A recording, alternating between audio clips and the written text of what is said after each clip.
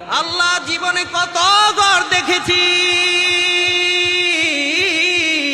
কত সুন্দর ঘর দেখেছি, তোমার বাইতুল্লাহ দেখতে পারি নাই গো আল্লাহ। একটা কান্দে আর বলে আল্লাহ ও গো দয়ার মালিক আল্লাহ,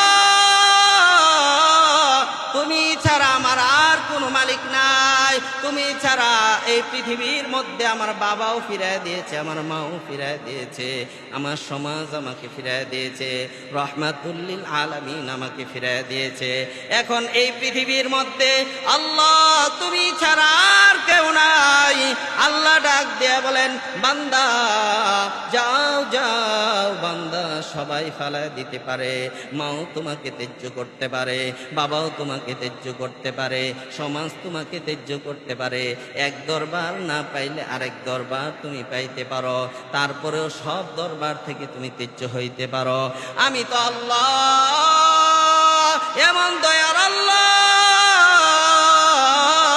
আমার কাছে যেহেতু তুমি সব কিছু বাদ দিয়ে আমার কাছে মাপ চাইতেছো, আমি তো এমন দয়ার আল্লাহ তামাম জিন্দিগির গুনাহ মাফ করে দিলাম।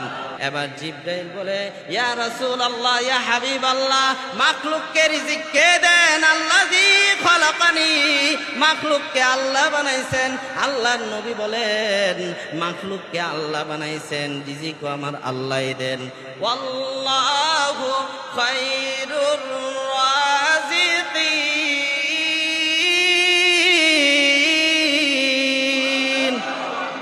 আরো জোরে বলেন আল্লাহু আকবার।